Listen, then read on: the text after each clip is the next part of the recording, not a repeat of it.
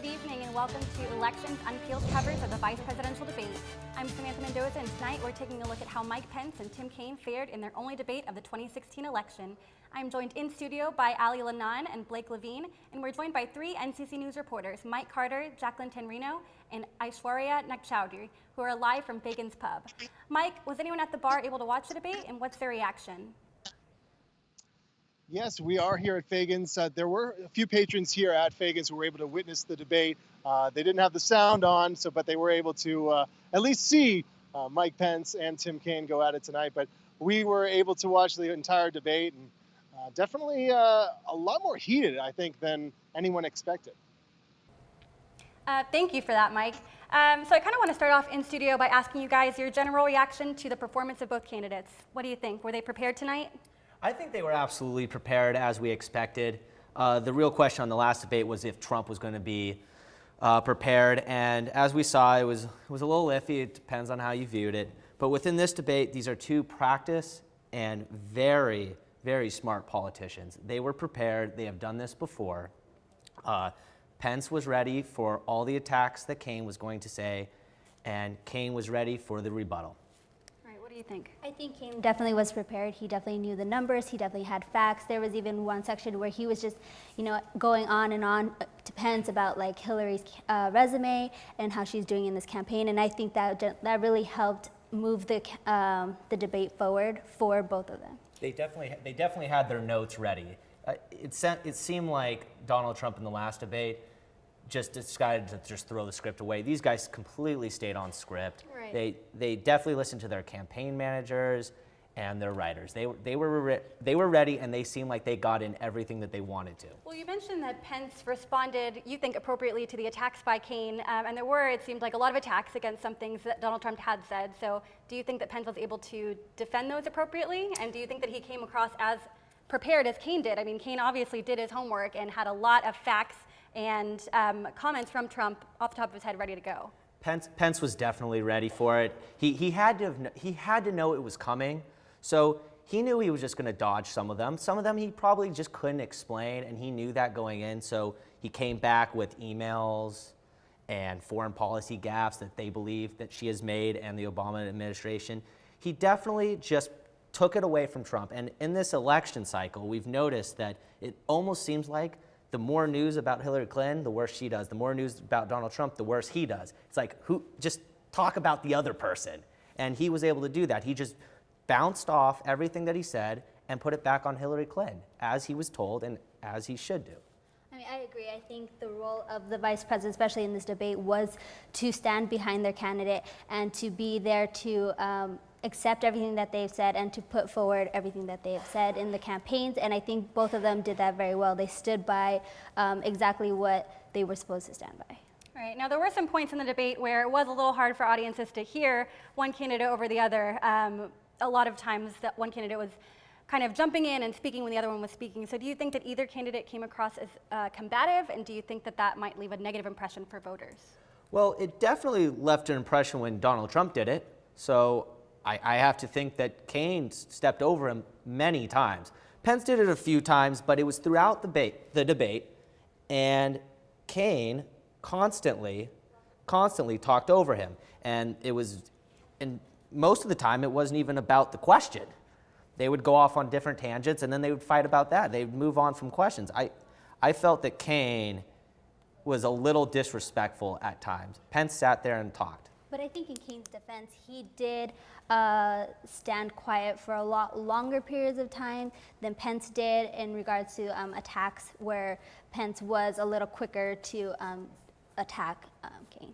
All right, now I do want to throw it back to our reporters at Fagan's. What do you guys have to say about this topic? So I think, and I'll introduce both of you guys as well, Jackie and Aishwarya.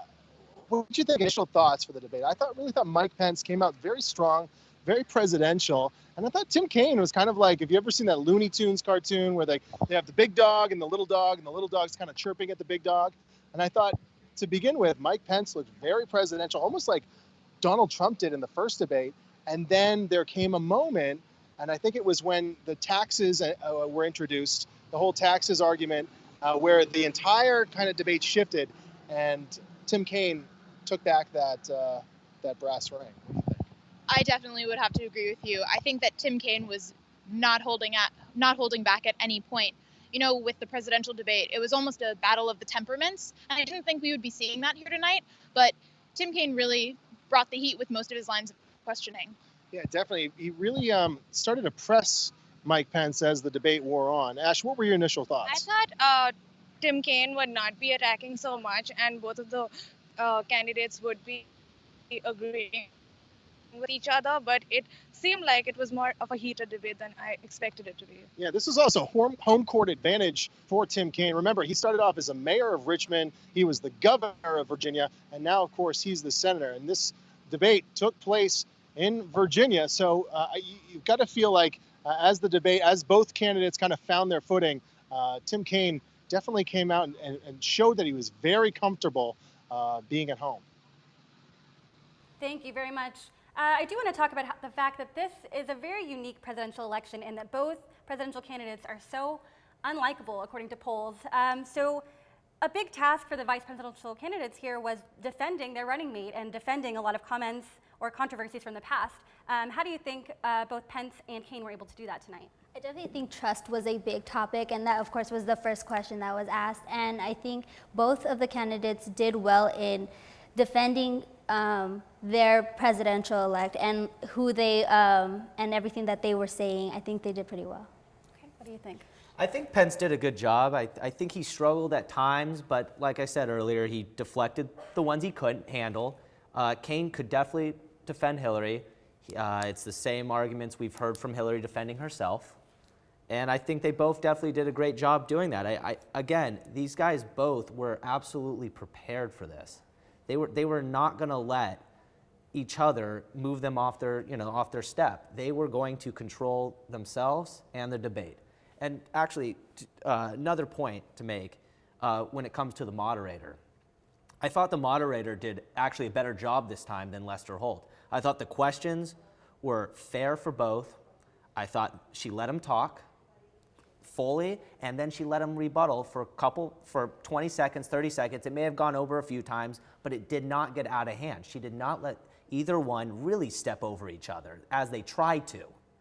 And I think she always brought the questions back to what they were trying to talk about, because they did go off, like you said earlier, on a lot of tangents, and she definitely tried to reel them in back into the discussion. Right, I agree. I think the moderator did a great job tonight. But do you think there were any points where the candidate maybe couldn't answer for their presidential choice? For example, I can think off the top of my head, Pence not really being able to defend Trump's ties to Putin or being able to defend his choice not to release his tax returns. Did you have a similar view of that, or do you think that both candidates answered pretty well for our previous scandals? I think he did. I think he did struggle a little bit when it came to that, but he did defend the taxes in saying that he did do it by the law, and he had a problem about 25 years ago where he lost a lot of money, and he used the tax system for his advantage. Now, if you think that's morally wrong, that is a choice for the voter and as a person. But legally, no, he was right, and that's what Pence said, and that's the only way he could defend that. When it came to Russia, he didn't really defend it, he just deflected that question. Right. And what do our reporters at Fagan's think about this? So the question is, do you both think that both candidates did a good job of defending Donald Trump and Hillary Clinton and their past scandals, whether it be taxes or Trump University? What were your initial thoughts? I think that they both did a really good job defending, but what I noticed even more, kind of mirroring again the presidential debate, is that on the Kaine-Clinton side, there was much more of an offensive. There was a lot more attacking, and I think that that's what Kaine did. Every topic that came up, it didn't matter what it was, he kind of said his piece and then cycled back to something that Trump or Pence had said that didn't paint them in the best light. Yeah, I really think you're right, Jackie, on that one. And something I took note of during the guys, this is really thought turned the debate in favor of Tim Kaine. When the question of taxes was brought up, Tim Kaine really went after Donald Trump, asking Mike Pence, do you think it was smart for Donald Trump not to pay his taxes for 18 years? That means he doesn't care about the military, he doesn't care about veterans, he doesn't care about teachers. He really attacked Donald Trump at his Republican base. You know, when you're talking about the military and kind of correlating not paying taxes to not supporting the military and our veterans. I thought that was a really smart move on Tim Kaine's part. In fact, what I also thought took over the debate was that actually Kaine was on the offense, and Pence could not defend Donald Trump in a lot of points like women and racism. He tried defending, but then he blanked out after a while, and sometimes he just kept quiet. So that's what I think adds more strength to the Clinton side. Thank you. And for our next topic, I want to move on to taxes and the economy. Now, this is a really big topic because Donald Trump's entire campaign is almost entirely based on his previous business success. So what do you guys think about how both vice presidential candidates responded to this? I think Pence definitely stuck to the script regarding Trump's taxes and all of that, and also like his business skills and his ability. I think definitely the recent release of the taxes kind of put a little bit of a twist into the story, but I think Pence did a good job in trying to just stick to the narrative that Trump has laid out, and as regards to him releasing his taxes and as regards to their tax plan. I felt when it got to this point, I felt that Pence was trying to get across the message that if you vote for Hillary Clinton, you're okay with how things are going. So he was trying to get across that if, he thinks, as many Republicans think, that African Americans are living in more poverty than when Obama started his office, that the nation isn't as safe. And they definitely, they moved away from taxes for a little bit. And he definitely just was trying to get across the fact that Hillary Clinton is the status quo and it's a third term of Obama. So if you are okay with that, then that's fine, but we have another tax plan that's going to be way better. And you mentioned specifically Donald Trump's tax returns, and I feel that the conversation did kind of steer towards that scandal as opposed to any concrete policy discussion. That has been a big criticism of Trump in the past, that he doesn't really have a solid plan for fixing the economy. Do you think that both Pence and Kaine were able to give solid policy recommendations in this debate? I think Trump doesn't really have a very laid out policy plan. So as much as Pence can stick to Trump's policy, he did, as far as if there is a policy in general for taxes, at least. I mean, definitely this scandal definitely was, since it's so recent and just came out over the weekend, it definitely put a nail in the coffin for him. What do you think about that? Does Trump have a policy plan, and did Pence touch on that? He does have a policy plan, and you could look it up actually on his website. It's a 4-bracket plan, and it was not discussed.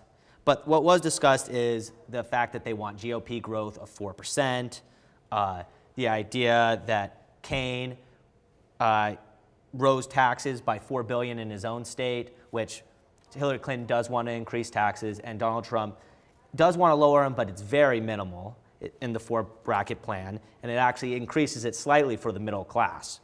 So yes, I did get some policy, but not enough to be satisfied.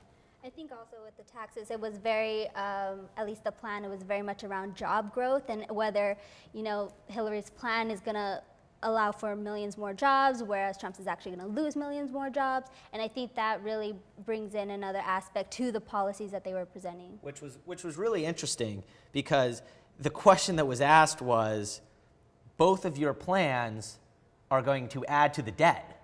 So how do you explain to Americans when both of your plans are going to increase the debt? And they had to kind of stumble around, well, we're going to increase jobs and that's really not going to happen. Which was, I thought that was probably the most interesting part of the debate, because the moderator asked a question that was pretty much saying, both of these don't seem right, and commissions, economic commission committees are both saying, this may not be so good. All right.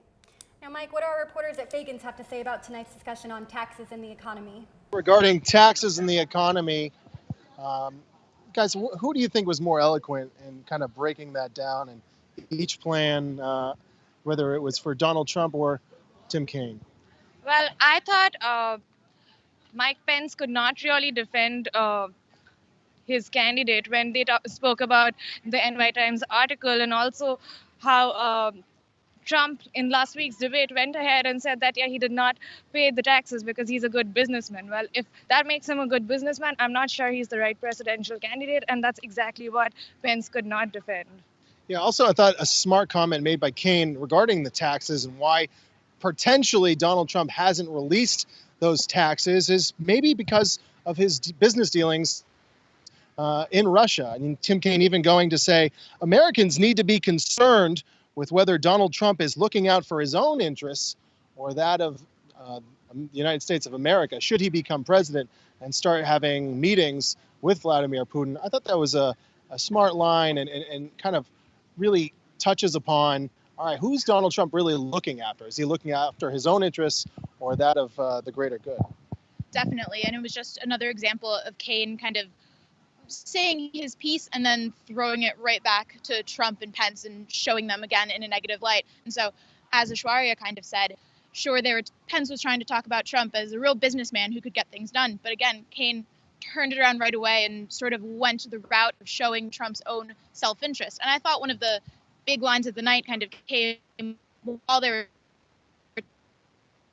It was the line where Kane almost compared Trump not showing his tax returns to Obama not showing his birth certificate when the whole birther situation was happening. Yeah, absolutely. And then even going so far to say when he would bring up that birther certificate or anything kind of involving racism with Donald Trump, Tim Kaine pressing Mike Pence saying, or Mike Pence going to Tim Kaine saying, look at Tim Kaine trying to keep up with the insult-driven campaign.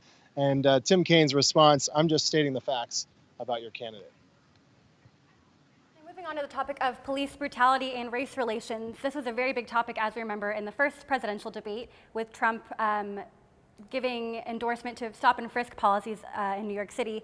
So essentially in this debate, Pence said that racial bias doesn't exist in policing, while Kane said we shouldn't be afraid to speak about it. Who do you think was more convincing in their arguments?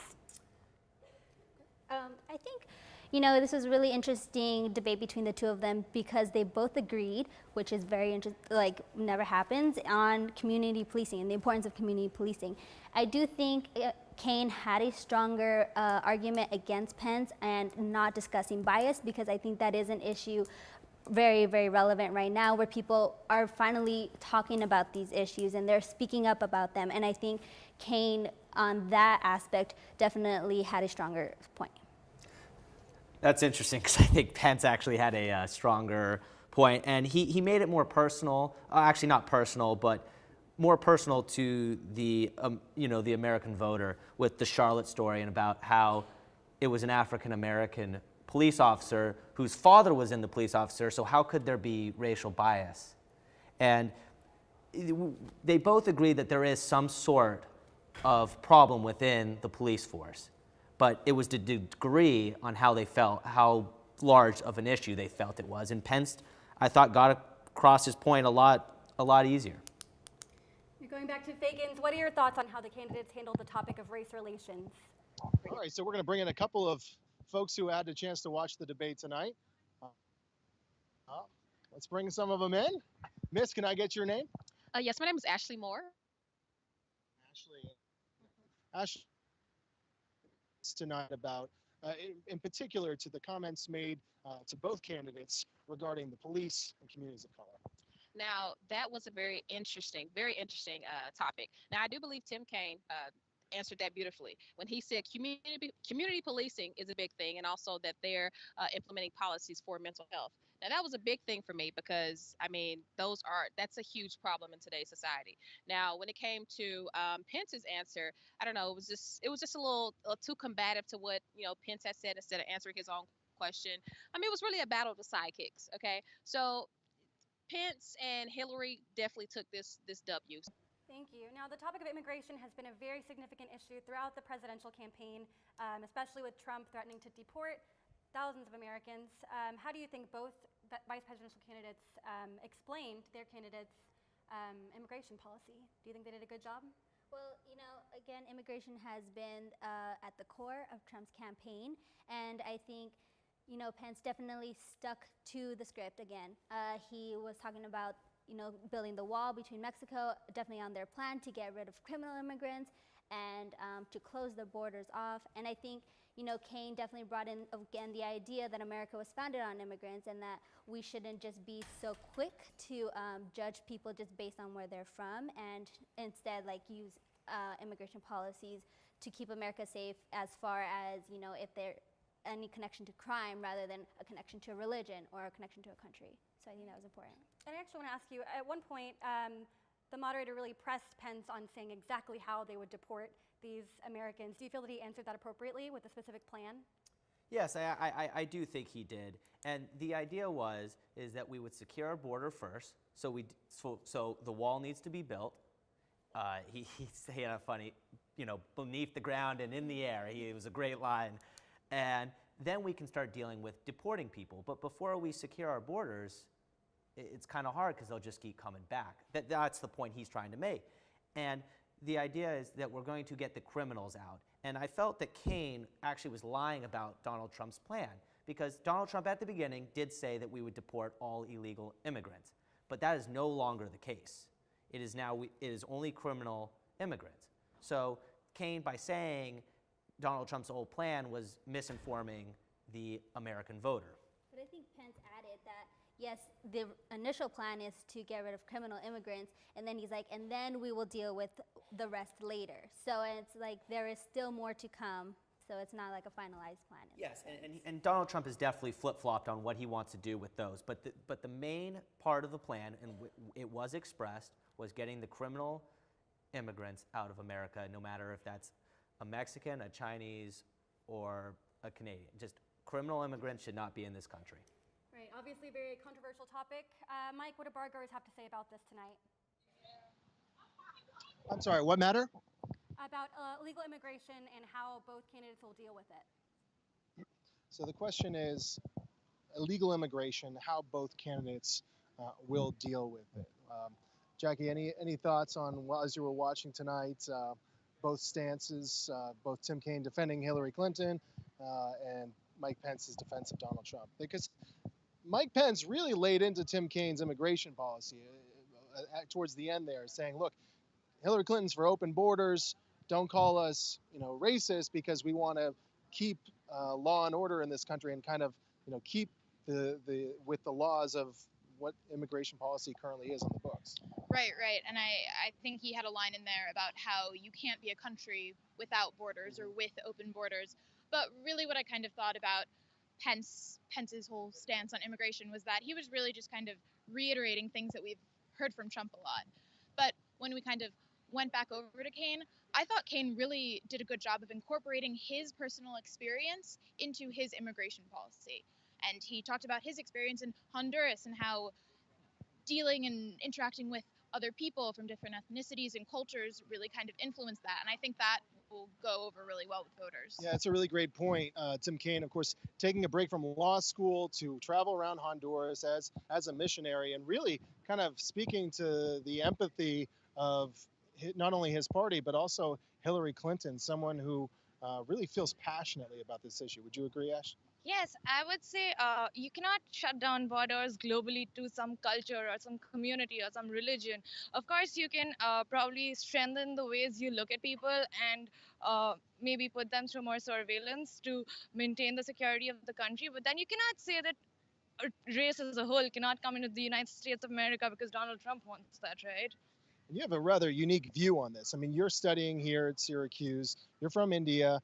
When you hear the kind of vitriolic language coming from the Trump campaign, how does that make you feel?